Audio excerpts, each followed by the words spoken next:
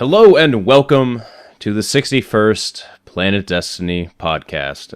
If you're wondering why I'm not excited or as, happy as I usually am during the start, it's because my podcast co-hosts have failed me. They failed me. 100% complete failure. You guys had that in the bag. Getting the teams all set up. And I very vividly remember Tefty going, hey, I really need to, prove something to Blue Westlow. I need to make sure, we I literally win. only wanted to bag him. That was literally the only reason. I wanted to be able to bag him in a 3v3. Tonight in the third podcast showdown, and we lost. Yes, we we lost to the Dream Team in an epic battle of sword hilts. Epic battle of sword Yep. hilts. The only way that one needs to be defeated by Mr. Fruit is via and Robbie and Blue Westlow's via sword hilts, because you know that we wouldn't have any other way. So good game to the Dream Team. Good game. Once GGs. again, GGs. hashtag custom games at Bungie. Please tweet. I wanted to get, a variety of games in because we have, we wanted to do sweaty rules. I kind of want to do, silly stuff. Cool. Let's go, back and forth. So first game, sweaty, and it was a really good game. You guys were behind at one point. You guys came ahead. You ended up winning, and you guys were feeling good. Robbie B got a collateral on Briar Knight. Collateral. That was nasty. That was nasty. Second Montaged. round. We took suggestions from chat for what we should do for the fun rounds, and No Land Beyond Only was what was one of the suggestions. I don't remember who suggested it. I know there were multiple people. And you guys won that one as well. Pope, having never used No Land Beyond, had a striking number of headshots with it. That was really fun to watch. Yeah, did well. And then the third match was a sweaty match on Black Shield, and Dream Team just pulled ahead at the very end. That Stormcaller from Blue Westlow did some good work. Fourth match. This is a personal favorite of mine because it teaches a team how to properly move against another team, when to press the advantage, when to disengage. You learn all of these things from the game mode of melee and sidearm only. You got that was unbelievably close. That was down to one kill at the very end. It was a close match. Yep. And at the for the fifth match, I didn't think it would get to this. I got my wish, and you guys lost. You guys got demolished, annihilated. That hilts only didn't go till the timer, right? They just came in and smashed us. I thought it was going to be like a Bruce Lee movie or something where it's just one guy and you guys are doing a bunch of 1v1s. Nope. They basically pulled like a 300 or I don't know some other movie where one team just kind of rolls through it is basically Lord of the Rings, Return of the King, the March of the Rohirrim, and Dream Team were the Rohirrim, and you guys were the orcs. Well, we have an interesting poll that I put up for the chat. It's GG Dream Team, and the options were to vote for GG Well Played, GG Nice Sword Hilts, or GG Way to Teabag Tefty. And 75% of our chat approved of Blue Westlow's and the Dream Team's teabagging prowess on you, sir. So, On me? yeah, it's Although we didn't stick to our original strategy. Going in, I told you guys to teabag Rabby. Just be merciless in the teabag. I remember that. Yeah. in the I teabagging. bagged Rabby. And you guys delivered. And notice that was the game that you guys won. That was the game that you guys won. And in the other games, we didn't really get any of the bagging in, and I was really relying on that to kind of throw Rabby off tilt. I was bagging the whole time.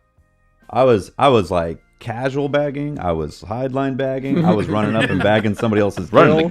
I was like, it was a buffet of bagging for me. So I don't know what you guys were doing. Well, we got to experience got a whole firsthand grocery aisle of tea the bags. Dream Bag is what we got.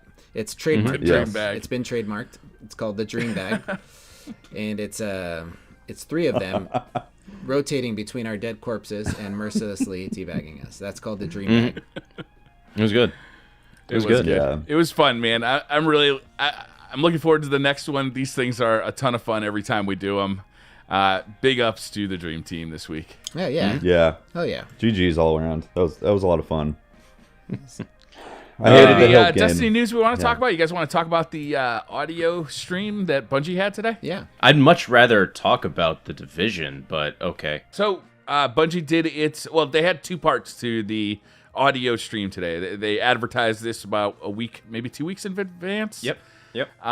The first half of the stream was a vid doc, old school Bungie style vid doc stuff. It was I've been fantastic. watching since. It was so good. Stuff we've been watching since like the Halo days, Halo 2 days. I remember watching these things when Halo 2 was like, just a sparkle in Bungie's eye, and that was really cool. They showed a lot of the voice actors doing their thing.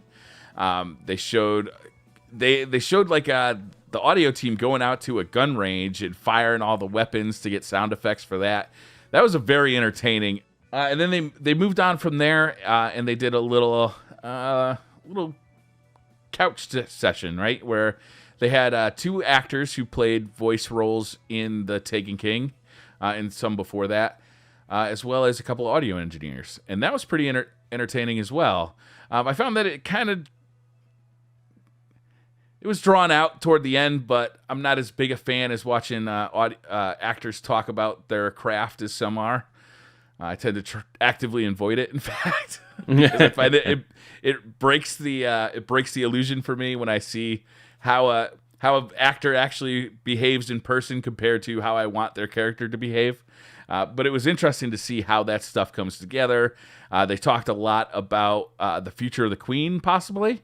Yeah, that spoiler? was the big thing. Okay, we need to announce a spoiler alert. Just casually slipped it in that the Queen is still alive, and she'll probably be coming back.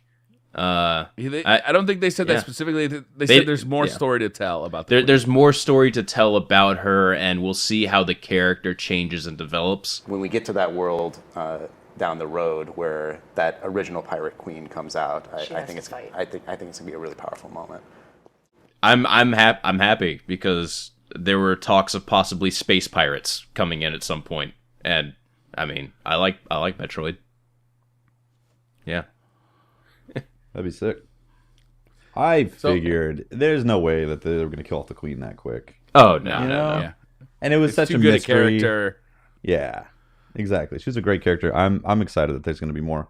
I actually didn't watch the vid doc yet because I was sleeping in. So sorry about that. It's okay. I tried to sleep in today, but that vid doc it got me hyped. It was good. It was really good. So I don't know about you guys, but the one part of the vid doc that I really enjoyed seeing is I kind of like voice acting just a little bit. Was seeing all the different voice actors: Nathan Fillion, Bill Nighy, Morla, D. Bradley Baker, just the whole gamut of voice actors and actresses, just playing their characters for just the small little sound bites. And I didn't realize that the voice for Xur, the guy was so animated. You think he would be kind of like hunched over or something, but no, this guy was just like in a chair, moving his arms all around. It was basically a full acting experience, except you never actually get to see him. You just see Xur in the game. It was really cool. We also got a couple of matchmaking updates this week. One dropped early in the week. One dropped today. Right? Anybody notice any differences? No comment. No comment. Has anyone actually played Destiny this week? Yeah, I have. Okay. Okay. Did you please be able to talk about matchmaking? I played one game. That was it. I did the Arms Day video. That's the only time I logged in. I didn't play a lot, so I don't feel like I can. I don't feel like I can really say that it mattered extremely. That it was a huge change. I want to play with the settings for another week to really kind of make a judgment on it. I think I didn't get a chance to play today, so I don't know where we are with it. It's not exactly an Iron Banner week where we're all in the Crucible 24/7. And the Division did just drop this week, which if you're a Destiny fan, you've almost undoubtedly been looking forward to for quite some time. Yeah. Can we just put a rain check on the matchmaking thing because all right. on talking about it. Yeah. Because I think all of us played the Division. Like all of us. I'm finding it's much more a solo experience than I expected it to be. Some of that I think is because of the decisions they made. You know, if you're playing and like me and Tefty say we're best friends and Tefty's got jumped on a little bit earlier than he did and he's a few levels higher than me. Let's say he's an 11 and I'm an 8 and I finally get on, we're playing together and we want to do a mission together. Well, Tefty's doing all the work because I can't even damage those enemies. Yeah. You know, like if we jump into a mission and try and play together, it automatically scales whatever mission you're at up to the highest level player, which is a real bummer. Yeah. Very big bummer. Basically, you have to wait to hit level 30 to kind of equalize all that stuff out, which means that you're going to be playing up through level 30. Well, you can use the in-game matchmaking, but I haven't had success with that. I can talk about that later. Up to level 30 by yourself. But then once you hit level 30, okay, great. Now me and Tefty can play together, but there's no end game. Yeah. You can go to the Dark Zone. You can try and grind for loot in the Dark Zone, but there's no PvE end game. There's no raid. There's no Nightfall equivalent. There are daily missions you can do to earn Phoenix coins. That's part of their year-long plan is to basically add more end-game content to it. But the game basically launched with no end game. Some of it's coming for free. Some of it's going to be paid DLC. I mean, Destiny technically didn't launch with endgame aside from a Nightfall. Right. Vault of Glass didn't come out until 2 weeks after. Yeah. The Division developers have been pretty cagey about endgame.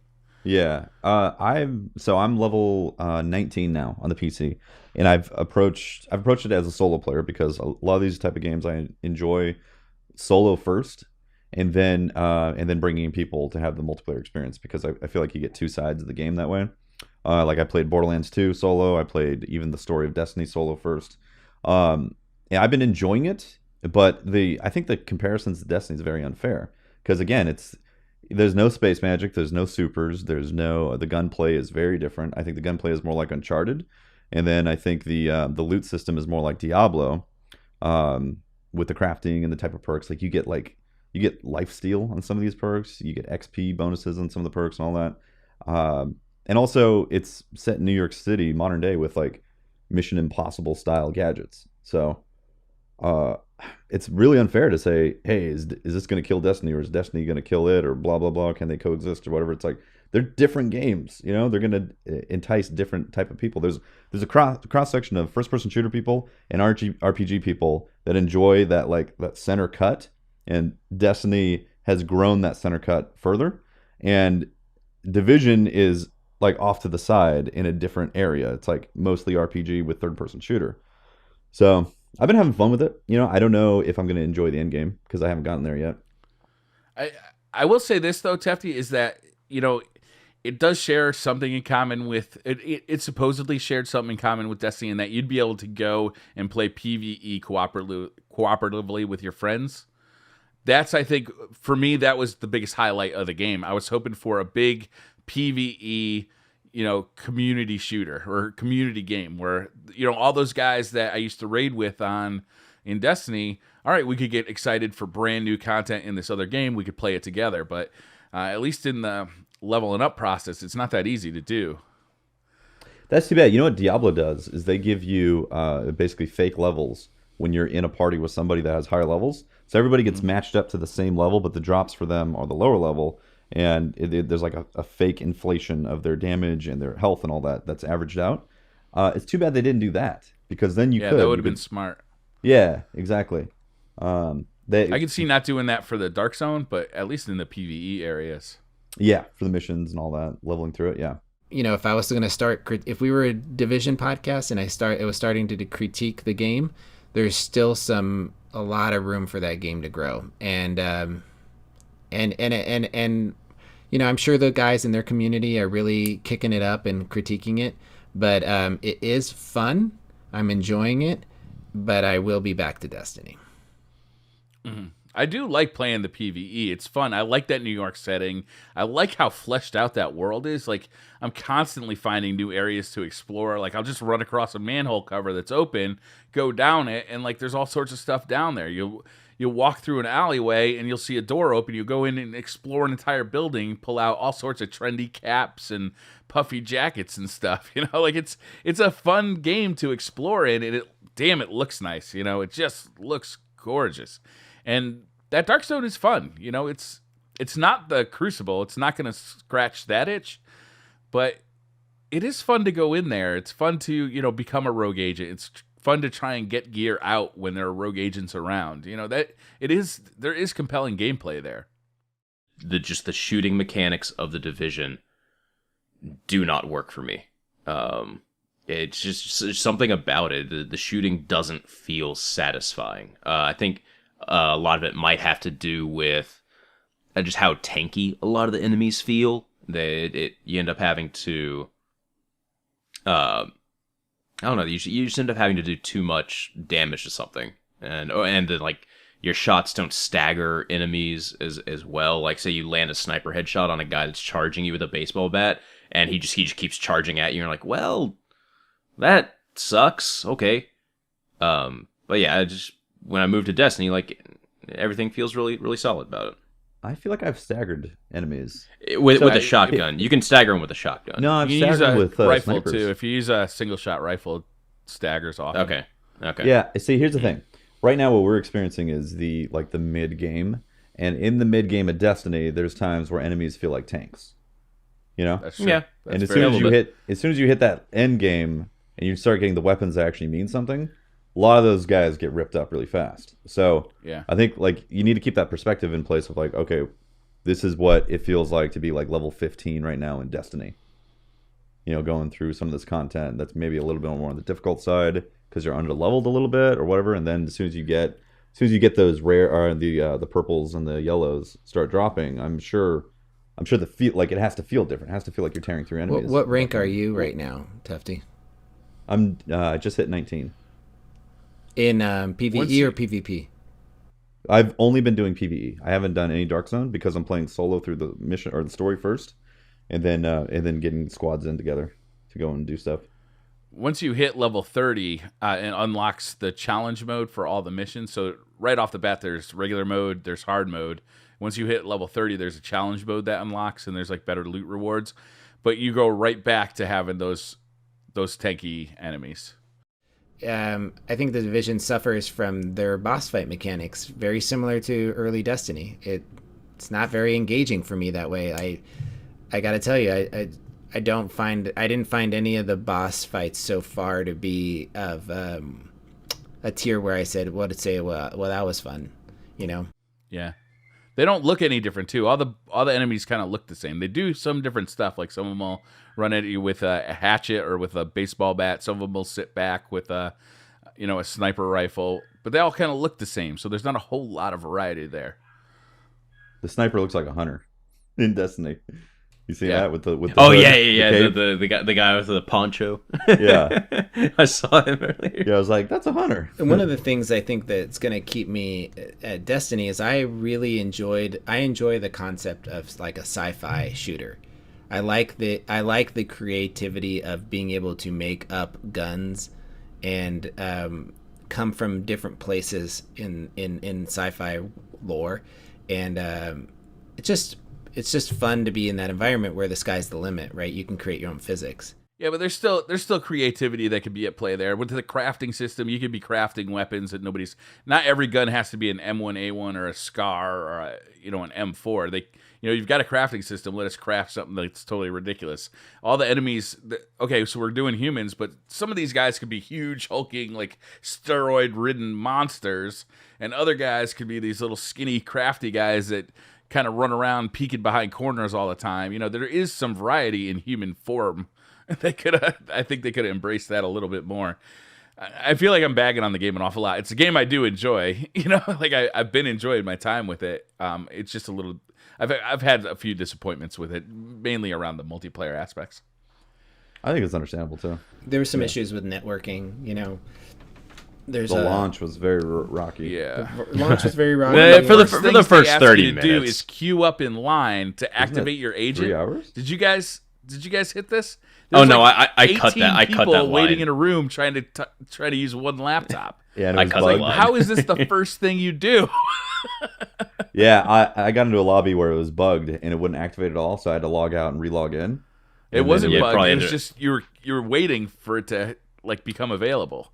No, for me, like he would actually get to the terminal and he'd Yeah. get on the keyboard and do the tick, tick, tick, Yeah. tick, and then nothing would Right. happen.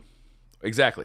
And You I were would do it waiting over and because over. it was so busy. Yeah. Yeah, exactly. So you had to relog into a server that hopefully didn't have as many people in it. Exactly, yeah. The only the thing that I'm having the most fun with is the dark zone and running in with teams of with my squad and just ruining people. That's what I enjoy. It's like it's so like there's a PvE component if you're not familiar with the game and you're just been living under a rock, right? I'm just kidding. But if there's a PvE component, and I think the enemies in the dark zone are more interesting to me than the ones outside. So they're harder, they're more aggressive. And dark zone is kind of divided up in different regions based on how your level is. And I'm a level, I want to say 18 in the dark zone right now. I'm sitting there and, you sit there and as a group, as a team, and you're waiting for somebody to come to one of those evacuation areas and put up a flare. And then you just time it so that you snag their stuff, kill them, snag their stuff, put it on the rope. And by the time they've spawned in and are coming back to challenge you, their stuff is gone. And so it's kind of messed up, but it's a lot of fun. And I was with a group of 4, and we went rogue for almost an hour, where we were just stayed rogue, and people kept challenging us in the map to kill us. And I think it's a lot of fun, but it's not enough there. I want to see them display some cool weekly events and monthly events to see if they can make it more interesting. Not me, Pope. I'm going in there. I'm trying to help people tie Oh, their shit you to the are ropes. not. I'm trying. Oh no, man! Like if people are having a tough time with some of those purple enemies, I'm in there. I'm like, hey, man, you need a pat on the back. I'm there for you. Let me load up your gun for you. Let me grease that barrel. Come on, man, I got your back. Sure. dude. Grease What that I barrel. do is I start shooting the purple enemy so that they get this confidence that I'm like, oh, they're working with me, right? And then I wait for them. Pope is playing mind Pope. games. Then I wait You for are them. literally a troll, man. Right. And then I wait for them to throw a grenade at an enemy because, right. And so then I run out to the enemy and I get hit by the grenade and that turns them into being rogue. And there you go. Turn around and kill them. But the real question though here is, Yeah. has your Destiny RNG moved with you to the division? That's the real question. I did get What kind of loot are I you did picking get up over there? a purple drop at level 15. So I'm not buying my stuff. I'm there. It's all drops. So I'm all blue equipment right now, and I've got a purple shotgun, a double-barreled shotgun. It's freaking awesome. But yeah, I don't know. I mean, I'm getting good drops, but I can't tell if it's above the board or not. There's not that same excitement to like in Destiny where you got the Galahorn or I'm gonna stop comparing the two, but a lot of people who know me as a player of Destiny, they really want my opinion on like, well, does the division stack up to it?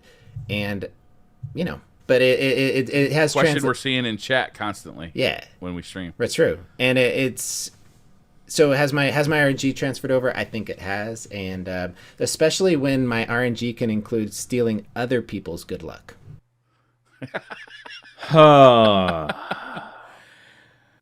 One day in Destiny. It's One day in actually Destiny. really fun because if you go in with a good squad, man, you can go rogue and just, whoo, man. I cannot wait for the day that your RNG finally runs out in Destiny and your inventory is a barren wasteland and all that you have to enjoy is dust and ash. Barren wasteland. Yeah. thoroughly I'm enjoy hoping that that. player trading comes along. And There it is. You're gonna remember all the supportive things I had to say. That's about right, you. Briar. If you could just, I don't want I your might- damn charity I poke. might just You send remember you a the time message, the Briar. Briar greased your barrel in the dark zone. I might just send you a message, Briar, that hey, I have 12, 1,000-yard stairs. You can pick which one you want, and then I'll just give it to you. Thanks, Pope. Yeah. You're the best. Yeah, thanks. Patrick's not going to get a single one though. I don't want your charity. I'm an adult.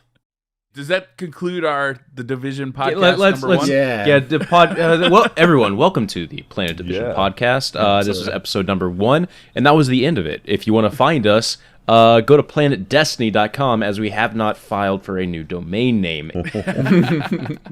And I don't think we will, because as soon as content drops for Destiny, my ass is back here playing it.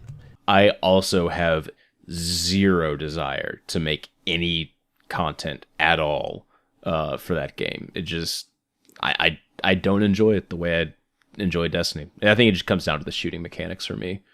It's just not. It doesn't feel I don't satisfying. have a problem with you're not as connected as a character. Obviously, the difference between third person and first person is you're not. Yeah. You don't feel like you're actually firing a gun. But I don't have a problem too much with the weapons. I like that there's a ton of recoil, so you feel like you got to control them. Well, until you get them upgraded. Just get an LMG, and then the first 5 shots of it are kind of wonky, but then after that, it gets more stable as you shoot it. I'm surprised to hear that, because I've been all over the single shot sniper type Oh rifles. my goodness, Like, Briar! too. I have a blue. Yeah. I have a blue M60 that has 100 rounds in the magazine, and you're just like, it's Yep, just an LMG. insane. The LMGs with 100 rounds feel really good for all the bullet sponges in that game. Oh, it's just beautiful. It's like, Correct. okay, cool, I can just unload and not hose care. these guys down. Yep. I'm with Briar on this, but maybe it's because I've been playing solo, and being solo, you get to pick your encounters very specifically, so you can just take Have to cover, pick your encounters. like try to do some quick scopes, and quick scoping in it is actually kind of fun to try to do that. So yeah, I've been enjoying getting a bunch of those marksman rifles and swapping out. I got a fast fire rate one, which was a lot of fun, even though it burns through ammo. I feel like I'm using a scout rifle without impact. Yeah. I don't mean to cut you off, but we should probably end the Planet Division podcast Yep. and move on to Destiny. So, what was this rumor that was floating around, Briar? Because, we have no real news. The weekly update comes out tomorrow. So. This was interesting. I can't remember. I'm trying to actually find the story, but my browser locked up and everything's crashing out. Because the Nintendo NX is going to be launching with a Pokemon game, Activision is very interested in bringing Destiny 2, they call it Beyond Destiny, to the Nintendo NX. And not only that, but they plan on bringing Destiny in whatever form it sits in at the beginning of 2017 to the Nintendo NX as well. They also mentioned something else in that rumor, and they said that it was going to be holiday season of 2017 of when Beyond Destiny shows up for the NX. Now, we don't know whether or not that's like across the board. Beyond Destiny is 2017 holiday, because largely Nintendo consoles get AAA titles after Xbox and PlayStation. So you don't know if it's like a broad launch. Apparently in chat, someone says that rumor was debunked. Well, part of it was debunked. Yeah. What part of it was? Irk came out on Twitter and said, he made kind of a joke about the Beyond Destiny part of it, right? But I mean, Beyond Destiny, that wasn't the part of the rumor that was juicy, right? The part of the rumor that's Was juicy the NX? Destiny coming to the NX, Destiny 2 coming to the NX, the timeline of Destiny coming in early 2017. What's that mean for the timeline of Destiny 2? That's the juice in that rumor. Like, I could care less what Destiny 2 is called. Yeah, I don't think it will come out for the NX. I just like, okay, why would you make it come out for a Nintendo? Spend all the time developing it for a Nintendo console, which statistically, like, it feels like that's just a waste of development time. When there's this other faction of gamers called PC gamers that have been kind of not foaming at the mouth, but they are very interested in having Destiny on the PC, and that seems like a much wiser investment than, say, developing a title for the NX. It might not necessarily come out of Bungie's pocket though. It might be Nintendo. You get a third party to do it. Exactly. Yeah, Nintendo might be the third party, or hiring a third party that takes all the assets and turns it into an NX version, so Bungie doesn't have to handle it. And it could very much be a Nintendo pays Activision to do this kind of deal. Yeah. Like they're launching a new console next year. Like or this year.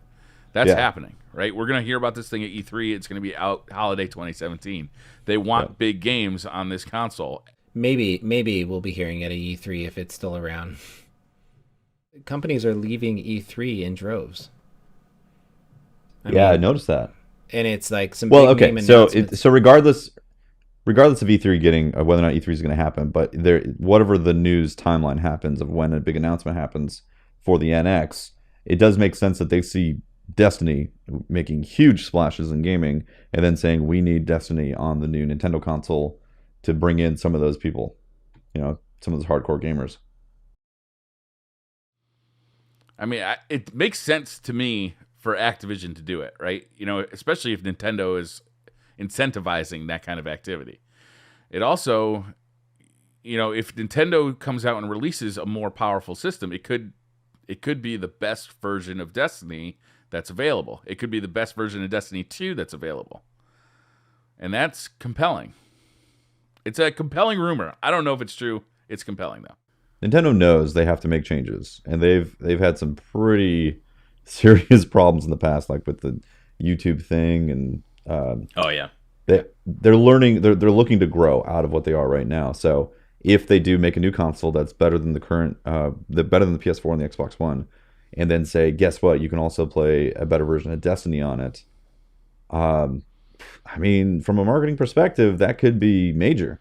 Any other news today? We got anything else we want to talk about today? Well, the weekly update did not come out today because I imagine Deej was busy doing the thing today, or it will be out tomorrow. Audio thing. Yeah, they said they'll come out tomorrow, where they'll go over what they did in the live stream and then probably not have any news because they said they'll be ready to announce news when they're ready. So yeah, so I imagine like 6 weeks from now we should be getting content ish.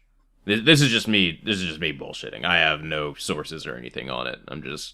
I can see them announcing it early, but then actually starting to show it in their live streams 3 weeks out, kind of like what they did with House of Wolves. That's why. So I wouldn't be surprised if they announced it, this week, next week, the week after, anytime now. Really, gave us the name, gave us a couple of juicy hints, but. And if a big part of their marketing is pushing out the new content with streaming it and promoting it, and they want to do it again that way, and this time do it better, right? With this new studio, I think you're gonna see it. You're gonna see it here. You're gonna see them do it, and it's gonna be announced on the live stream and broadcast that way. So it's gonna be pretty cool. Before we move on, Patrick, I want to address this real quick. One thing we forgot to mention about the live stream that they did today was that they actually introduced a sub button on. Yeah, that's actually what I was channel. getting. That's what I was getting ready to say. And they changed the chat about halfway through the broadcast to sub only mode. Yep. Yeah. So we were actually hosting a chat on PlanetDestiny, so I didn't actually go over there and see what happened to the chat once they went to sub only mode. I had it pulled up, and it wasn't chill because there were so many subscribers. But it was sure as shit civil. I'll tell you that. I subbed. Nice. I think one of our mods, TH Koner, put it out on Twitter. He's like, "Hey, they have a sub button." I was like, "Oh, cool." Go in there. Yeah, he called it. He called it before the show even started. He's like, "They have a sub button. They're gonna change that chat to sub only." You guys want to do some Twitter questions? Yeah, it's a slow week for news, so we can go ahead and move to Twitter questions right now. Yep. All right. Jason Verily at My Geek Dad. I like that name. Which raid are you most looking forward to, and one change you want to see in that raid? I'm sorry. Assuming year one raids to come to year two, which raid are you most looking forward to, and one change you want to see in that raid? Vault of Glass, 7th chest. Yeah. Yes. Yeah, I mean, that's a no-brainer, right? Nobody's going to pick Crota's End here. Yeah. I'll pick Crota's End. Fuck it. Yeah, but you're lying to us. How would you change it? How would you change it, Holtz? Fix like the being able to solo it for the most part, like being able to jump across the bridge and everything. So no warlocks are allowed. I don't know. Fix those mechanics and then make people actually do that bridge encounter, because I don't know. It's one of those things that really forces everyone to play together, but then also count on themselves as a player. Yeah. I like that fight when you do it properly. Yeah. Agreed. It's a fun encounter. Yeah. Or just make it easier to solo, because one of the two. Make the dial go harder or easier. Just change the dial. Do you guys want to see Taken stuff in there? In either raid? No, I want to see the next thing. Whatever the next thing is, right? We've defeated Oryx. We've defeated the Taken. I want to see the next thing. Yeah, I want to see the next thing. So I'm not assuming that we're going to get some sort of story progression in spring. Like, do you guys actually think they're going to have like a meaty piece of story? Yeah, they're going to have PvE content. That's story. Yeah? I think there's going to be something. They're probably setting. It's not going to be something big, I don't think, but they're probably going to be setting something up for the next DLC that's down the road. Okay. So, yeah. If they're going down that path, then it would be awesome if they actually extended Crota's End. Like maybe. Nah, well, this would be like a whole nother raid. But if you started or you ended after killing Crota's End, and then there was a raid beyond that, maybe you go through it in reverse and there's new bosses. Maybe you have to escape the pit. Yeah, escape the pit. That would be really fun. There you go. I did not think that they were gonna like really push the story forward. That's interesting. I don't think it's going to be a huge push forward. We might learn the whereabouts of the Queen or something. I mean, the voice actress was in the studio today, even though I doubt they would actually do work. And she's local to Seattle, so she can come in at any time and do work. Yeah, we probably will see some like fleshing out of the Queen's storyline some, and then that will set up for what's going to happen next. So we know the Queen's alive, and she's ready to start whooping ass now that and now that Oryx is gone. So yeah. I don't know. Maybe her getting affected by the Taken blast or something, changed her, and now the Queen is gonna be like a frenemy. She's still your friend, but now she wants to conquer more or something. I don't know. Wait, you're saying that she's the Taken Queen? Oh yeah, that'd be awesome. Yeah, I'm just not setting myself up to then get disappointed. Setting the bar low. Let them. I'm setting it that so bar. low for me right now. I'm being like, oh my god, you repainted things! Wow. Good job. Oh, there better be like double the weapons that we have now if there's going to be a big content drought, and make that shit drop like candy. Like, yes. Fuck PvE content, fuck new PvP content. I don't care. Just make the drops more, and so then I can make this shoot to loot game actually have loot in it. Yes. Thanks. And then Poke can also, then start a hourly blog of his new 1,000-yard stare roll or whatever. Yeah, he's gonna start a blog called the 1,000-yard stare, where it's just him staring at you while he looks at his inventory. I like it. Sysid at Noah Yoder. Do you think we'll get the brand new exotics in the database as well as some old ones brought to year 2? What would you want?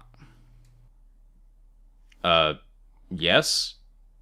I think was that two questions or was that? Yeah, I mean, we definitely think we're going to get the exotics in the database, right? Oh yeah. I mean, we might not get them all. We might have to wait till fall to get some of them, but we're going to get them eventually. Yeah. Yeah. And they're probably we're definitely going to get all the year 1 weapons moved up to year 2. We know that's going to happen. So except for Galahorn, right? Wasn't there specific notes about Galahorn? Yeah. I thought there was something about like in a Game Informer article about how that wasn't going to come until like year 3 or something. Oh, a refresh. I don't remember them saying anything like that, but my memory isn't as good as it could be. Kevin Jones at No Mention of Kev. What would your ideal weapon patch notes for the next update be? Mine would be more flinch on sniper rifles. Mm. Oh yeah, did you guys see that tweet I put out this week? Which one? It was last week during Burning Shrine, and I had a rough day with matchmaking, but like the crowning thing that happened was I like got in front of this sniper who was fusion rifle range from me, and I just unload into him with a grasp of Malik, and his health I get his health down from being fully shielded to like a third red, and then he just domes me. That's constant. Yeah, and I was like, wait, what? And you put it up on Twitter, and it's like, can we start a conversation about this, please?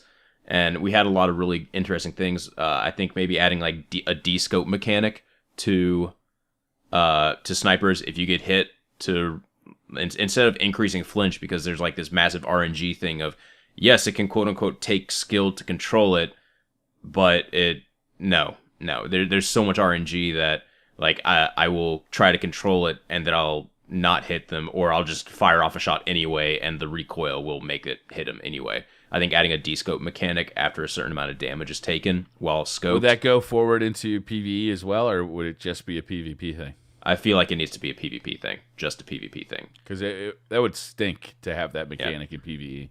I completely agree. Like, they do that in Halo, and it made snipers relatively balanced in Halo. If you get shot and you're de-scoped, you're at a disadvantage. And I think it would fix quite a bit of like the hard scope city that happens constantly. At least there's a chance if you do get a spray off with the grasp, or you get a Mida multi-tool shot off, then there's a chance that they're not going to be able to dome you immediately. So, the other change for weapons, I don't know what the specific changes would entail, but I want primaries to be more relevant. And I think at this point, you can't really change specials that much. Specials aside from like sniper flinch, I feel like they're relatively balanced. The reason you're seeing so much special usage is because 99% of the primaries out there are just so underwhelming to use. Yeah, they need to up that KD. Yeah, or the time to kill. They need to lower the time to kill. They need a faster time to kill on primary weapons. Not too much faster. We're not advocating for like Call of Duty 0.2 levels. seconds improvement, I think. Yeah, across the board, except for like the stuff that's already a holdout. Like, obviously, we don't want faster time to kill on. No, I think Last Word needs a faster time to kill completely. Being able to 2-tap someone while hip firing is wonderfully balanced, I guess. But like most weapons right now are balanced around like a 1 second time to kill, and there's outliers like the Mida multi-tool, the Last Word, stuff like that. But if you lowered like the average weapon to about a 0.8 second time to kill, you're gonna find them be much more competitive. Yeah, you'll be able to challenge a sniper. You'll be able to, I don't know. And you'll have much more variety in the weapons you could bring into the Crucible. Exactly. You wouldn't see the same 4 primaries and people going, oh, he's just using that, he's a tryhard. No, it's just the only thing that's worth using right now. I'd love to use my full auto fire Certos DIS 43, but I'm sorry, Mida multi-tool kills in the same number of headshots. I'm going to use Mida. Yeah. Sir Please, at Sir Please, what do you think they should do to Arcblade to make it actually get kills? Nothing. Those guys had their day in the sun. It's over. Titan Master Race. Moving on. Fix the hit registry. Fix the hit registration. Fix the solar Titan. I think the proper way to address the Arcblade is to nerf fusion rifles more. I think that would probably do it. Yeah, they might just need to take that out of the game completely, right? I wouldn't have connected those two dots, but as soon as you said it, I knew it was it's just right. boom. It's true. It's just glimmer at this point. In reality, they need to fix the hit registration. The few times I've gone Blade Dancer just to try it out, it's like, okay, I slash at a guy, and they just kind of float up into the air or move backwards, and it's like, what? Yeah. Yeah. Yep. It's weird, right? Because that didn't happen in year 1 that I can remember. Not at all. Because the lunge. They also nerfed the lunge range of the Blade Dancer from 7 meters to 2 or something. I don't remember what the exact number changes were. I shouldn't spit those out until I actually feel like the lunge range right now feels okay. It's just that when I When I feel like I connect, I ought to get the kill. It could it could go a little bit longer. It could go a little bit longer, I think. Not to what it was in year 1, but certainly not as bad as it is now. There's a happy medium I feel like they need to find. Yep. Yeah. There's definitely something wrong. And yeah, they gotta, whatever they did to the code, they gotta dig in and see what's going on with those hit registrations. Because honestly, if the hit registration was okay, I think it would actually be pretty balanced. Yeah. Yep, Like, it'd be good. It'd be in a good spot, yeah. I think they've done some good changes to it. Clifton Ampansa at Cliff Kwame. How much do you think about the average player when forming opinions? I assume he's talking about for YouTube videos and stuff like that.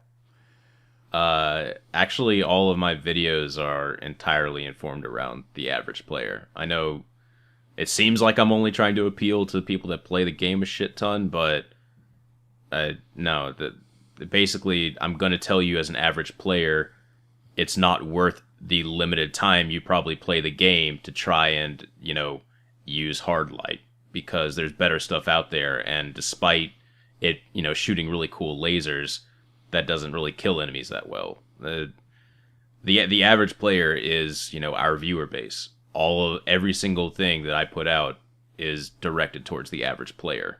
So for me, it's less than that. There's definitely some stuff I do that's really centered around the average player. If I talk about a weapon review or like shard it or keep it, I'm talking about a weapon that the language there is aimed at somebody who doesn't know anything about that weapon, right? But when I'm talking about like strategies for beating Oryx on hard mode, on challenge mode, there's 5% of the community that's actually ever going to see that, right? So I'm talking about, I'm using language that those people are going to know and understand. I'm not thinking about the average player. So it really depends on what I'm talking about.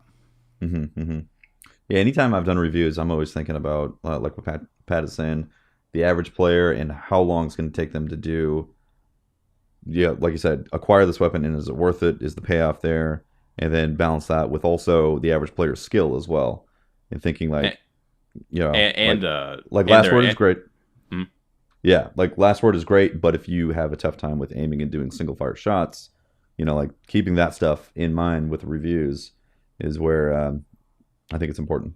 It's also like I don't like assuming what a player knows, but when I do a review, I'm going to try to assume that basic mechanics of the game. I don't like taking every single video, I think I used to show like exactly how many shots it takes to kill it for bodies and then headshots in PvP, and at one point I'm just gonna assume that you know how to hit the pause button on YouTube and do very basic math. Yeah, I'll tell you what the time to kill is, but I'm not going to explain what time to kill is. I'll give you an example of what the average time to kill is. Also, like I kind of have to think about if they're an average player, they may not, or basically a very skilled player doesn't need me to tell them that hard light isn't the best thing to use in PvP. The skilled player knows that through their experience playing the game. What they like using. They have a developed play style, I'm sure. If I feel that there's something I need to say to a more skilled player in a review, I'll try to, say that, hey, for the skilled players out there, you actually might try incorporating it this way into your play style, but I try to keep everything average. Yeah.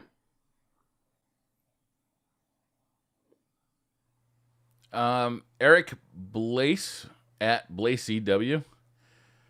What's missing from the Foundry weapon type combo would make you most excited from a design perspective? So I think he's looking for what are the missing weapons from the Foundry weapons that would really get you excited. He lists off the Omalon LMG for him. For me, it'd be a Suros sniper. I think that could be really cool. Omalon pulse rifle. Omalon pulse rifle could be cool too. Yeah. Suros hand cannon. Hake machine gun. Hake rocket launcher. I feel like a Hake machine gun would be the zombie apocalypse. Yes. Right? Real talk though, a Suros sniper is definitely what I'm excited about.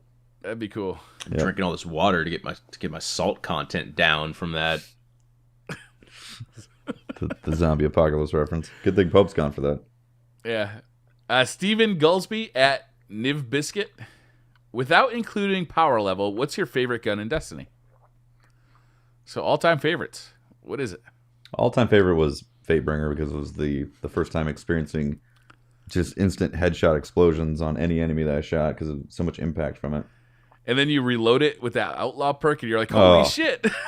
God, it was so good. It was a glorious. So good. Icebreaker. Icebreaker was fun. We ran through the Vault of Glass this weekend together, and I actually did it again on stream, and we decided to use all Vault of Glass weapons for the raid. Huh? And I used Fatebringer, and I fell deeply in love with that gun again. I was using it today, like on regular story missions. It's just so fun. It's awesome. Heads are popping like crazy, explosions everywhere. Your reload is fast as hell. I love that gun. Yeah, they peaked. Yeah. They peaked really high with that weapon. Yeah. It sounds like Pope's using the microwave in the background there. Pope is microwaving a dinner right now. I'm hungry too, man. I'm going to cook a hamburger after this podcast. It's going to be delicious. Nice. 2 hamburgers. Anthony Nice. Guta at Fearless Flyer 3. What are your guys' thoughts on adding a perk to raid armor to lower the cooldown of your ammo synths? I like this perk. This sounds fun to me. So you could get a perk that lowers the cooldown, so you could use heavy every 4 minutes instead of every 5 minutes. That's interesting. Yeah, that'd be cool. If we have another like Crota's End type of situation where your heavy was so important to kill Crota, or I mean to take down the shield on Crota, then that would definitely be interesting. I'd like to see it as a random perk on like arms or something. Yeah, that would be cool. Yeah, I like that a lot. Unfortunately, I think I'd probably want it most when I'm first starting the raid. Once I actually got it, the loot from the raid, I probably wouldn't need it anymore. Yeah. I apologize that I had to step away. My neighbor was pounding on my door. I guess apparently they lost an animal. So I thought they needed a cup of sugar or something. yeah. There you go. Lost an Matthew animal. Kirby Sorry. at Kirby Matt. Descoping upon taking damage was mentioned last week. Any ideas why Bungie didn't include that mechanic in Destiny? I really think it's because they want weapons to feel the same in PvE as they do in PvP, and descoping in PvE would suck. Yeah. Agreed. Yeah. That's the big It would challenge. break a lot. The big challenge, and you can't do a descoping like descopes when something about minions in the darkness. You can't really change that to make it make sense in PvP and PvE. So, but I would like them to have flinching. Yeah. More flinching. And have unflinching. I think that mean works something. in PvE too. Paul Pisagno at Pisagno Paul. DC or Marvel? Marvel. Marvel. I mean, those Batman movies were good though.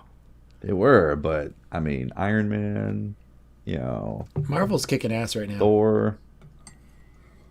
I don't know. DC's has always been about like the person behind the superhero more than the superhero itself. I think so. Yeah. I prefer the DC characters, but I mean Marvel has been fucking killing it recently with everything, and yeah. I'm with Marvel on this one. I don't read the comics, so I don't read it either. Yeah, but I know that DC, those Batman movies were good. This new Batman vs Superman looks interesting, but to be honest, the best movie I've seen lately that's comic book based is Guardians of the Galaxy, and it was the best by a long shot. I would say Deadpool was way better. I haven't seen Deadpool yet. Oh, Deadpool was so good. Well, when you see it, let me know if you revise that statement. All right, we'll do. Deadpool was fantastic. I don't think Guardians of the Galaxy was worse than it though. I don't think it's. I wouldn't use the. I wouldn't use the word worse.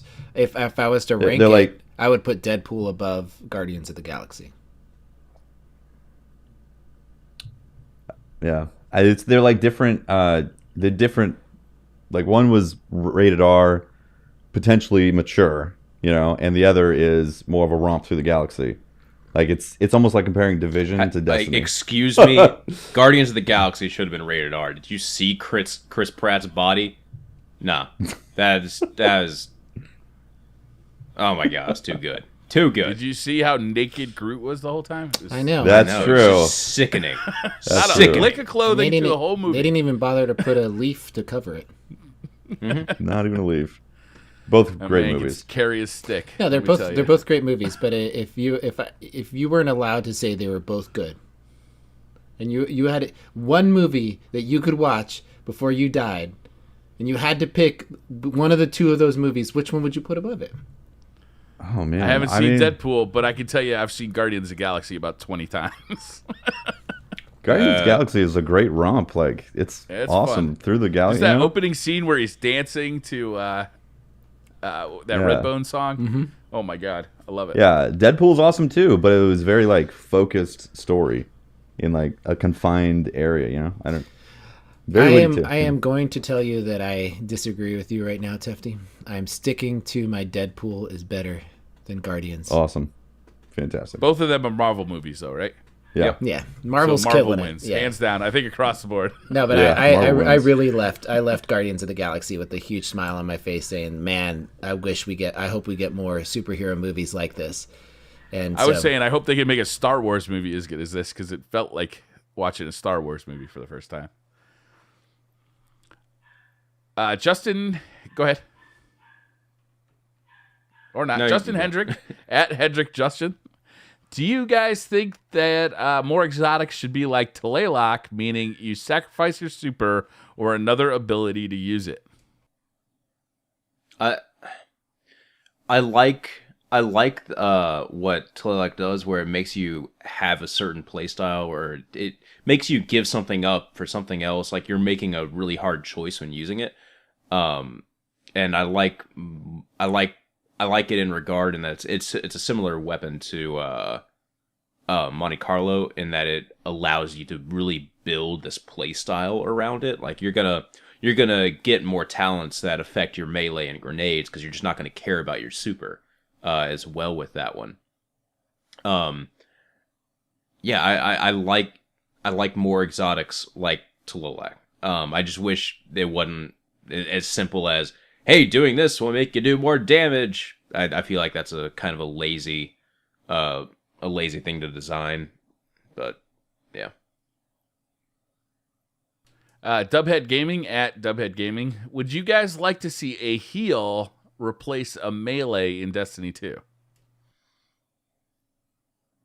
be interesting for PvE. I don't think I'd want it in PvE. Well, maybe I would want it in PvP. It'd be an interesting choice. I think the way the game is currently set out, no, I don't think I'd like to see that. Would every subclass have it? Or would every class have access to a heal? I'd need more information, or I'd need more stuff to go on than that. But no, I don't like the idea of it right now. It's an interesting thought. I like the idea. Go ahead, I really feel that we should see more support classes, and I'd love to see a warlock support class. That would change warlocks. They'd actually be useful in the current raid, and it would be an incredible dynamic changer in PvP. Like it would change the game incredibly. I would at least. I'd like to think about it a little bit, at least. I want to see. I was hoping that the third class, the warlock class coming out, was going to be a support class, but Or you could activate your Stormcaller super on top of someone, and it would like defibrillate them, and they're dead, and they come back to life. Hey, but actually, you know what? To think about it, the Sunsinger is technically a war. I think it was originally designed to be a support class, but it just never made it there. Yeah. Oh well, in the pre-beta footage, or like the kind of the beta footage that we saw a Sunsinger use their self-res, and it also caused everyone that was dead around them to resurrect as well. Oh that my god, that would have been huge in a raid. That might have been a little bit broken, just a little bit. Yeah. So imagine imagine a team full of Sun Singers in Trials of Osiris, and then you kill all of them, and then he reses, and they're up, and then you kill all of them again, and then another one reses, and you kill them, and then another one reses, and yeah, that would get fun. The problem is, right, in the raid, though, is like, a Warlock has no benefit to the rest of the team, right? The only thing they can do is not die, right? You know, if they die, they can res themselves. That's like their only benefit to the raid right now. It'd be nice if they had like a healing mechanic or something. That would be really cool. Or the ability to toss the res to somebody else. You know? Yeah, that'd be cool. Yeah. You know, especially in a hard mode raid where you can't revive people. Yeah, if Warlock can pull a person back to res, even if it's in hard mode, they don't have to wait. They could pop their super, and that super when they ran over somebody would res them, but it wouldn't you wouldn't have to wait for the timer. That'd be amazing. Jesse J. Mua. Do you prefer Dinglebot or Nolanbot, and why? Nolanbot, because he's not freaking annoying. Still can't open a goddamn door, though. Yeah, you know what? Dinklebot was annoying to me, and you know, I think it was because honestly, it broke the what is it called, the fourth wall, or what? It broke the character for me because he was so inconsistent with his reading of the lines that it like I don't feel like the character carried through the game. And I don't know. I'm not saying that's his fault because we all know the story of how the game was chopped up and you know all this stuff. I'm not saying it's his fault, but the way that it came through in the game to me ripped me out of the story. It's also you're using such a prominent actor. You know, I kept hearing Tyrion Lannister, you know, talking to me with a like slightly garbled electronic modifier on the voice. The other thing is worse in the beta. It wasn't even garbled. It was just Tyrion Lannister. If my new character who just got resurrected, it would be nice if the ghost would have some urgency in his voice when he said, "Oh shit, we've woken the hive." And because at this point in the game, my character doesn't really know about the hive, and it'd be like, "Wait, what, should I be worried that we've woken them?" I know. I agree with you, and that one line wasn't delivered well. But if we're gonna start trading lines between who did better lines, no. I mean, I could start a list of about 50 lines that Dinklebot destroyed. You know, like that. But they've been seeding Earth for centuries, waiting for their gods to return. Waiting for their gods to return. Oh my gosh! You know, it's like, come on. Okay. Oh, Jesus Christ. Okay, I hear in that, but the things that you hear on a daily basis, like for instance, Guardian Down. That kind of bugs me. I kind of wish I heard Dinklebot say Guardian Down when I'm in the Crucible. Like, I heard it on a video recently, looking at some year one stuff. Is hipster? Like, it's retro. It's the original. So that's the one that will always hold dear in our hearts. I don't know. I mean, there was something like really nostalgic hearing him say Guardian Down, Guardian Down, Guardian Down instead of Guardian Down. I don't know. He seems like Nolanbot's a little chipper when he says Guardian Down. He's happy about it. Yeah, he's like, Guardian Down. Let's go get some coffee. I'm like, we're in the middle of a battle. This is serious, dude. No, it's not. Yeah. It's just a video game. Joe Mitchell at Matter Splatter. What ship do you currently use, and what ship is your favorite? I love the Iron Banner ship. I do too, and I don't have one. I think it's my favorite Pope. Yeah. You have it? Oh yeah, I got it like the second. Of course he has it. Of course, I got it on the second match of like Iron Banner, and it dropped. It was crazy. I rotate between the Black Spindle ship, Vienna Singer, whatever it's called, and Catch Me If You Can, and then on the Xbox I rock the New Monarchy ship because I like the look of it. Oh yeah, that is good. I got the Dead Orbit ship from Year One. I love that ship still. It's just a cool looking ship, all white out. I also have this ship that I can't remember the name of. but it's got like this X-wing look to it. It's a blue and red ship that's got kind of like the wings are kind of in an X shape, and it reminds me of Star Wars, so I like that ship a lot too. Nice. The Oryx ship is one of my favorites. The Oryx Challenge Mode one. Oh yeah. Also the Vienna Singer, the one from the Black Spindle Daily. I really, really like that one. I like the lights on the side. Reminds me of some of the stuff from Planet Side. And if we're gonna list an additional like ships, the one from the Queen, I really like that design. The dolphin. Yeah. I love that one. Space too, dolphin. Yeah, I like the way that the skin crawls. It shimmers. It has a different effect to it. I feel like they could have done more with the paint jobs of these. Well, they could have done more with ships in general, but yeah. So I like that it has a shimmering, crawling effect to the skin. That is cool. Mm-hmm. Robbie Vallone at R Vallone 55. What's your favorite candy bar, guys? Snickers. Reese's. Reese's. I like Reese's peanut butter cups. Oh, peanut butter. Reese's peanut butter cup is not a candy bar. It's not a candy bar.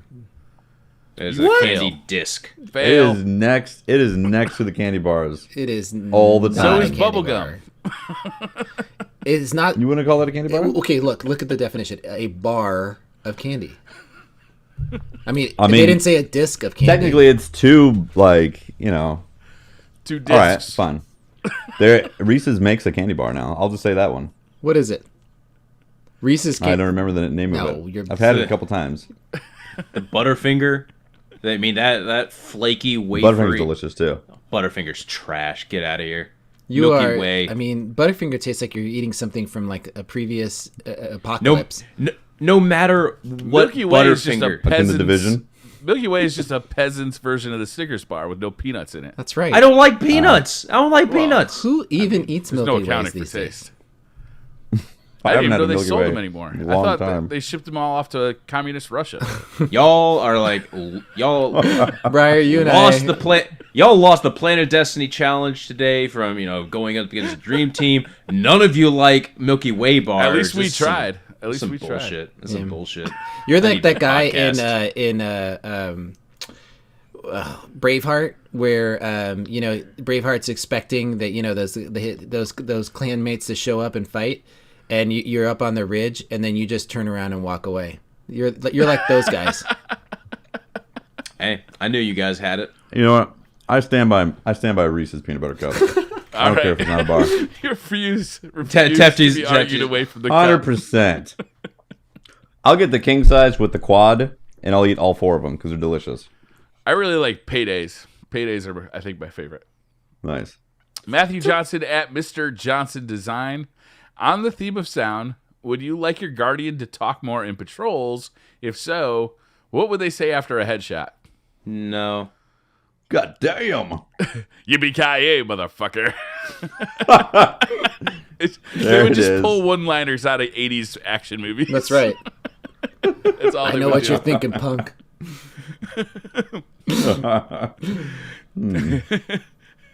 Does he have Field Scout on that sniper rifle? I know what you're thinking, punk. Do I have an icebreaker? I would mind saying, no, that's some Pope Bear RNG. You should be able to get After voice every packs headshot. a la Call of Duty. You get Yeah. Morgan Freeman to be your character, and just Yeah. talk it out. Snoop Dogg. Snoop Dogg, of course. You'd have to. How about Tyrion Lannister? Oh, wait. Tyrion Lannister. I like how you voice brought it all back Wow. around, Yeah. Tefty. That was great. Billy Manziel at Billy Manziel. Any thoughts about the fall DLC being the start of year 3? And technically, that's true. Year 3 is going to start before Destiny 2. That is technically correct. The best type of correct. So, yeah. Was there a question there? What are your thoughts? What are my thoughts on it being the start of year 3? Yeah. I think yes, that is a full year. That's how years work. I'm failing to understand the question. Well, I think many of us would have suspected that Destiny 2 would mark the start of year 3. At this point, it may start the mark, or it may mark the start of year 4. Pushing Destiny for a full 3 years, I think is, well, frankly, pushing it in a lot of players' minds. It's something to think about. I think, we're all pretty deeply in love with the game. We're going to put up with a lot of it, but it is disappointing that, a DLC is going to mark year 3. Paul D'Angelo. I wish I could say no. I just wanted to toss a little shade back there that you're right. I was you're trying right, to Pope. cut that off. Right, That's all right. No, You're you right. left it. Pope's absolutely right. If only I could have, helped him embrace his true powers, and I was given an opening for him to reach the pinnacle of comeback, Right. And he didn't clench the grail. So I did my job and sandbagged for the dream team. No, I'm just kidding. I didn't. Oh my! Your motivations are it. Wait, I forgot no, about he that. just admitted it, Briar. Did you He hear just that? admitted it. What we feared last week. No, it Briar, was he just legit threw the game, so he couldn't hit anything with the sword hilts. If you heard, No, the song I have was footage coming of out that. Tefty You after will that game, see. You would be damn well positive that he did not throw that. I game. know. You don't think? You don't think I'm a good actor? That was no. That was. Oh no, that was some legit real salt, dude. You were visceral angry. anger. You were kicking You people should've from the eat- chat left and right. You should have eaten one of those Dude. Snickers bars that you're so fond of. Dude, if you were experiencing what I was experiencing, you would have been salty over that Dude, match. you got outplayed, bro. Like the You reticle got was red. outplayed. The reticle was red. I'd hit it, and there would be no damage registered.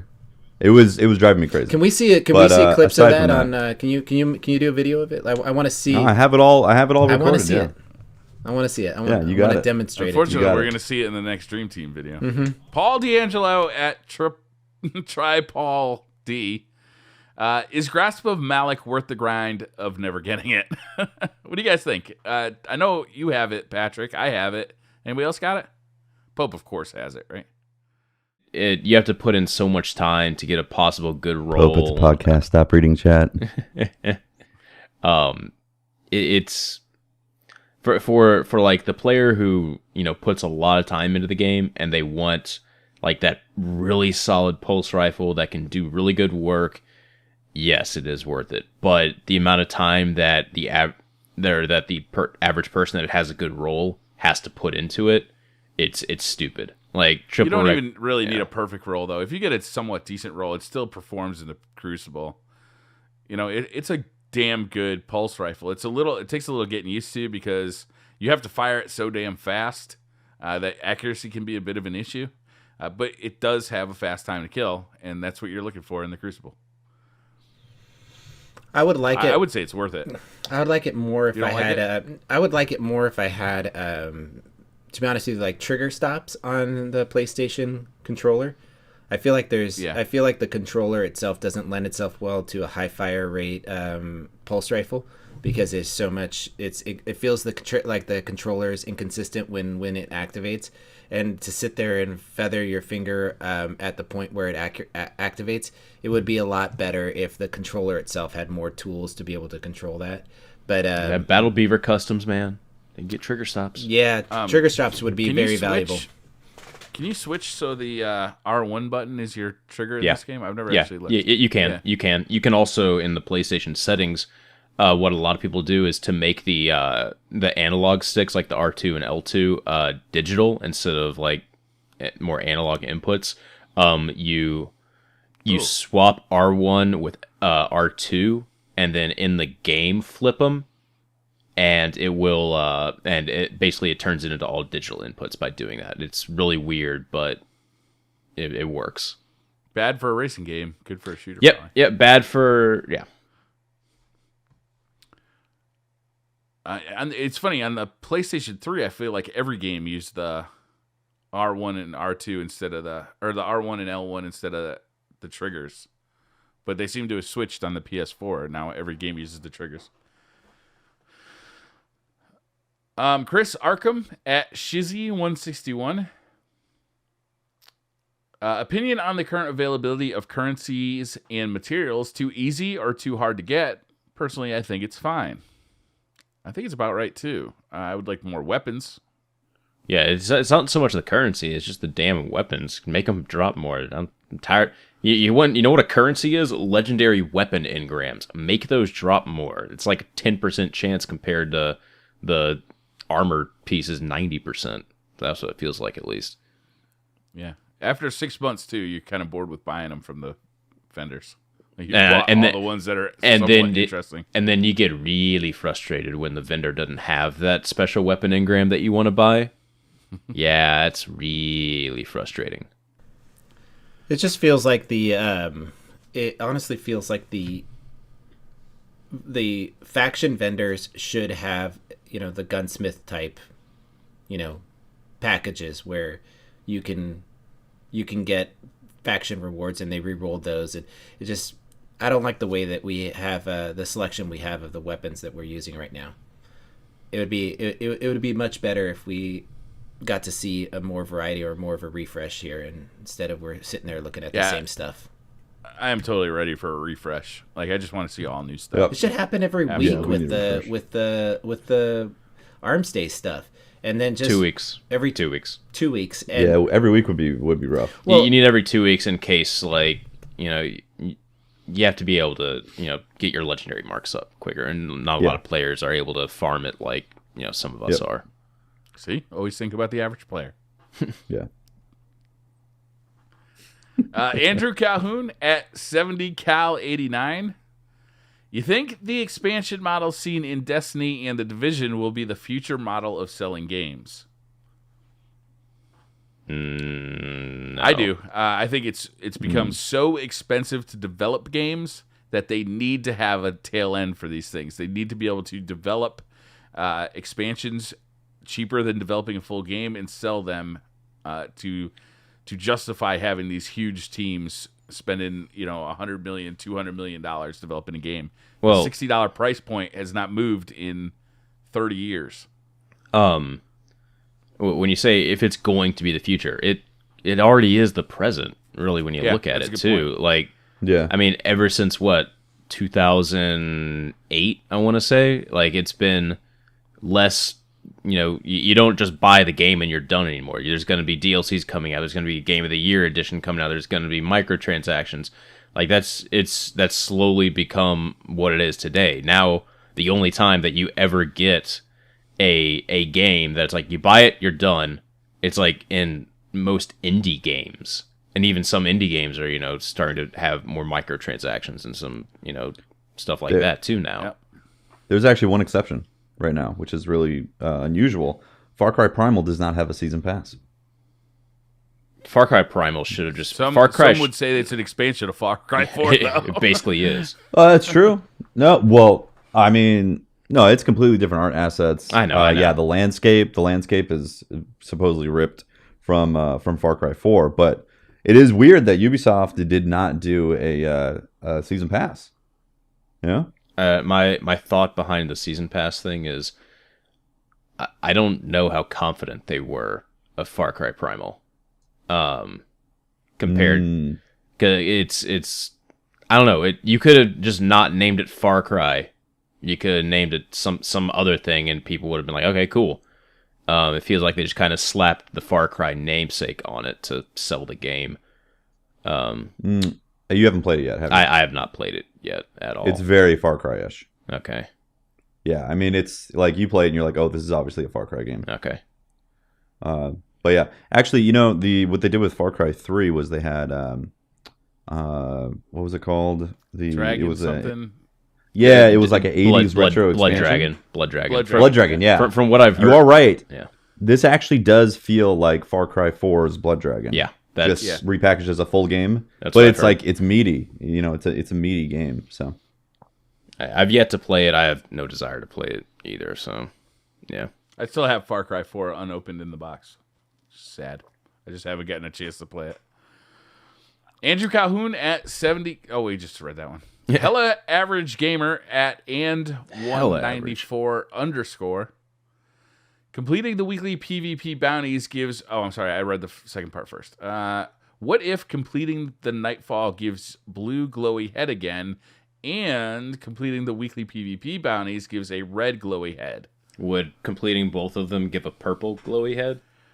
No, it would negate both, and you would start over again. Okay. Pick a side, dude. Red versus blue. Are we really back to red versus blue? That would make for good machinima. Yeah, gonna have to side with the reds. Side with the reds on this one.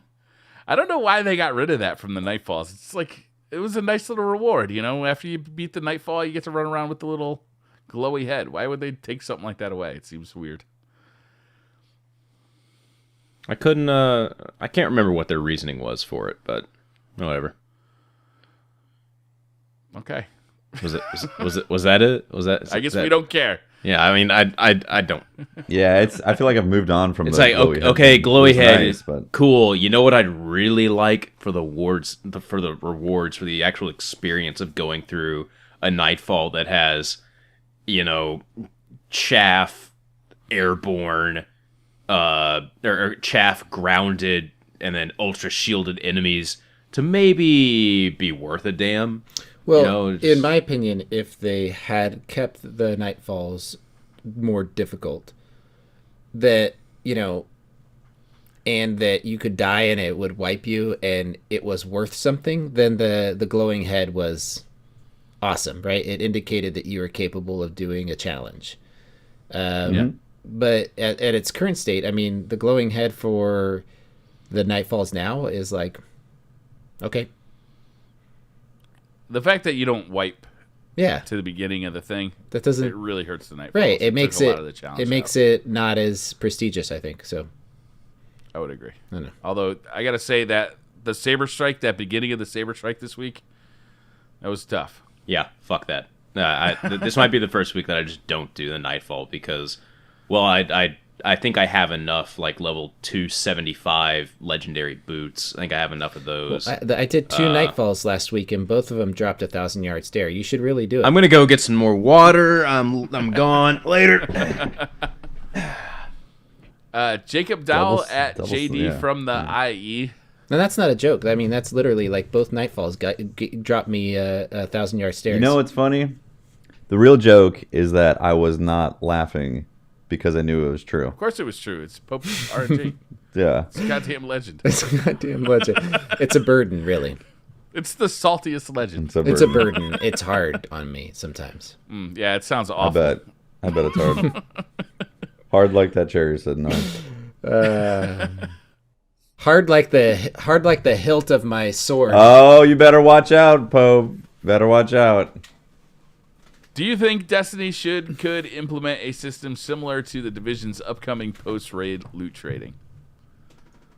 I don't think trading would be good in this game. If it is, it's like it's got to be very limited, like you said, at the Nightfall reward screen, or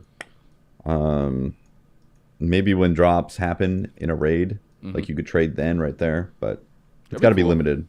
Yeah, it definitely has to be limited. Otherwise, Pope Bear opens up like an eBay shop and starts charging for all those 1,000-yard stairs. Hey, I gotta pay There are for. going to be child labor camps in China just running through raids. Oh man, I mean, I could be in the tower going, and you get a sniper, and you get a sniper, and you get a sniper. I'll just drop into the tower and give everybody in the tower a sniper. I'd just be like, everybody gets a sniper, you know. Keith Brewster at Aliniki26. Do any of you use Scuff Elite controllers? And what's your button paddle layout? So I picked this out because I know that Tefty just recently got both an Elite controller and a Scuff controller. He got the Scuff controller on his PS4 and his Elite controller on his Xbox One. So I was kind of interested in what you've been thinking about those controllers. I just got a Scuff on my Love PS4 them. as well. Oh my god, I love them. I beat Lawrence on Bloodborne using my Scuff controller. So my dodging, here, I'll show it on the camera. I got a red one just in case I didn't like it and wanted to give it to memes. Like dodging in Bloodborne with the Scuff controller was awesome. Once I got used to it, I use the regular XO buttons, and for PvP it's fantastic. Like being able to jump and aim at the same time, or That's the key. like Twilight Garrison with the Scuff. Oh my god! Or the Elite controller. The Elite controller is definitely better build quality and it's cheaper. $150, you get an insane amount of control, and the build quality is 10 times better than the standard controllers, and the actual paddles are very responsive and all that. You can easily take them off. In fact, I got it right here. this Elite controller, these paddles just pop right off. Like I feel like I'm like an advertisement for them, but like they're fantastic. I love it. And that plugs into a Windows 10 system also, so you can play them with PC games. It's been great. Like I now don't want to pick up a controller without the paddles. I love them. In Destiny, being able to jump and shoot at the same time, being able to jump and aim, at the same time without having to move your thumb from the X button to the right thumbstick, it's a huge advantage. Yeah, it is. Is it going to make your KD go up to 6.0? No. No. You still have to shoot people. It doesn't auto aim for you. I love my stuff. Your KD though, frankly. If it allows you to do some play styles better. I enjoy it. As far as the original question, what do you have them set to?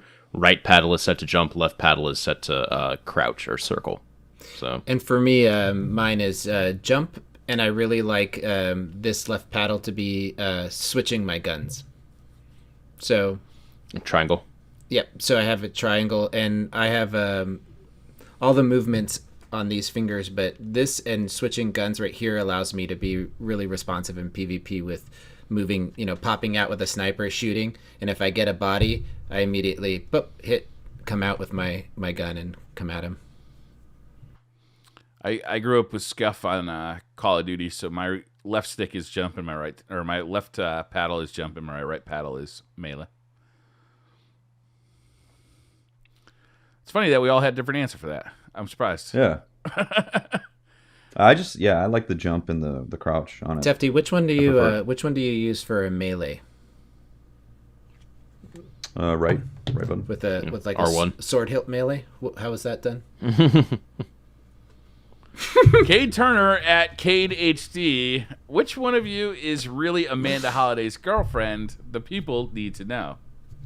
You mean which one of us is Amanda Holliday's boyfriend? Yeah, I know. I'm just a little confused on the question, as I'm the only one with that long enough hair that can be confused for a woman. No, I think she's a strong enough personality that you could be her woman. Yeah, I mean, I'm down. Whatever. She, yeah. I'll be the girlfriend. Whatever. That's the first thing you volunteered for all day. Oh, good. Peter Gee at Peter Gee 56. That was nice. What's the best way to deal with saltiness over your buddy's God tier RNG? I feel like we've got a lot of experience with this. Yeah. I don't know. Okay, here's what you want to do. You want to take all that salt that's building up inside you, and then you want to, just bottle it up. Just bottle it up. Just bottle it up. Keep filling it up until the bottle is completely full, and you just compress it. And then it's like when you're filling up a bag of leaves, and then you're like, oh, there's not enough space. Oh wait, and you just compress it down. It's like, oh, there's plenty of space now. And you just keep filling up this jar of salt until it's ready to explode. And then one day, someone's gonna nudge that little jar of salt just in the right way that it completely explodes everywhere, and covers Pope's RNG in a barren field of salt, so that no new drops may ever grow, and he will once again be put on the plane of mortals with our poor RNG. He will no longer be favored by the gods. So what you're saying is the problem is Pope's nutrient-rich topsoil. Yes. Needs to be purged. Yes. Yep. Excellent. Yep. Excellent. We'll get right on that. Peter Slash and burn. At Peter Gee 56. What's the best way to deal with salt? Oh, I just read this one. Davis Benson at one of many 713. Since the Sounds of Destiny stream was today, what is your favorite sound or atmospheric element in Destiny? Hereafter. Firing Hereafter has this wonderful, wonderful noise associated with it, where you get your original shot off, but then it feels like there's this giant generator or something that's spinning down and powering down after every shot. It's a wonderful, wonderful sound design on that gun. I just wish the sites were better so I could actually use the damn thing. One of my favorite sounds is something recent, and it's I think it's the Void. I'm pretty sure it's the Void Sparrow. It has the Jade Rabbit Sparrow. The Jade is it the Jade Rabbit? It has it's the one with the it looks like a ball, a void ball. Yeah, it's the Void one. The Void Jade Rabbit one. It's when you're boosting with it and you're moving around, it's just like this. And if you have like really good headphones, that you're listening to the game with, and it's in surround sound, like these here are just phenomenal for that. When you're playing the game, and it has this rich sound. The audio. I would love to have heard how they got the sounds for the sparrows. Yeah, I swear the sounds for the Arc Sparrow are like a tiger or something. It sounds animalistic if you have a good pair of headphones. It's like there's this deep growling going on for the Arc one. For me, it's always been about the music. The music is just beyond what you could expect from a video game in so many ways. But you said sound element, so that's a sound element. Music is a sound element. The score. Yeah, I mean, once you, if you looked at the stream today, I never realized how much shit is in the sound development department, because you're I mean, it's just playing music and playing sounds. I forgot that there's this whole mixing element that goes, well, what if all the sounds are going on at the same time, and it just gets overwhelming, and maybe the music makes it so I can't hear any information, or some elements are too loud. Daughters screaming in the Oryx fight. Omnigul screams. Omnigul screams. Oh my Silencer screams. Please. Yeah. Yeah, it's funny. The music for me also, because I stream the game more often than not, I almost always have the music turned off. So when I do have a chance to turn it back on, and I'm sitting in orbit or loading up the title screen, and then the epic horns come in, like you hear these French horns, and it's really well done. It sparks a lot of emotions. And yeah, I have it brings back all these emotions I had from year one, and like learning to make videos in the game. And I wish we could choose which starting screen that we have in the game, so we could choose different music. They let us do that in World of Warcraft. Had to get that reference in the game. Yeah, there we go. Hour 53. Wow. People were worried. People were getting worried. Yeah, there was a little, Hour 55. Do you guys remember the first time you went to Mars in Vanilla Destiny, and you heard that Cabal stomp, and like the Cabal started dropping from the sky, basically? That was cool. I'll never forget that moment. Like that piece of music was amazing. It just the moment just so perfect. Can we ask the counterpoint to that question? Yeah. Your least favorite sound element? It's Omnigul screaming. Yeah. Omnigul, definitely. My least favorite sound element that I ever hear is going to the tower, walking up to the Cryptarch, and then hearing Pope go, "Hey Pat, look what I just got." Yeah, that's Bungie needs to isolate Pope's voice, and whenever he says, "Hey, look what I just got," like it just mutes it. It just preemptively mutes it, and then he can't talk for like 5 more minutes. Yeah, that's least favorite sound design element in the game. Hold on. Pope let RNG. me go to my friends list real quick and unfriend him. Okay, there you go. Hey, so my least favorite sound is the sound of the thorn poison ticking away. Oh god. Yeah. That has a visceral response in me. Like it's the sound of like it's just Yeah. There's annoying. I'm so On the goal torn. still awful. I like that gun. I think it's such a cool gun. I love the lore behind it. It just sucks that it's so overused. Yep. Havoc at Arbenhart 84. We haven't heard from Varix in a while. Is it possible we can get that from Holtz? I apologize. I'm still mourning for my queen. It was nice to see her once again today, though, in Bungie's stream. We'll miss her dearly, though. Must make return. That could do it for you? Is that good? Okay. Excellent. Yes. Nomas Pantalones at JDub Destiny. No more pants? Do you think Destiny 2 will live up to everybody's expectations? God, no. Destiny will never live up to any expectations that anyone has set for it because everybody wants this game to be everything. Yeah, everyone. I mean, people want space battles. They want sparrow racing. They want crafting systems. They want all this stuff. And look, I just enjoy it. I enjoy what we have. I think it can still be improved upon. But yeah. As far as what Destiny 2 is, I mean, it's not going to be all things to all people ever. No. There's always going to be somebody in Destiny's, in Bungie's forums getting salty over something. This is a great name. Beatings by Chris at Mr. Scromsby. I didn't know anyone that goes to at Waffle House for the waffles. Then you don't know anyone. The hell's wrong with you? Jesus. What the fuck are you going to the Waffle House for? Like, if it's not for the waffles, you go to Waffle House for...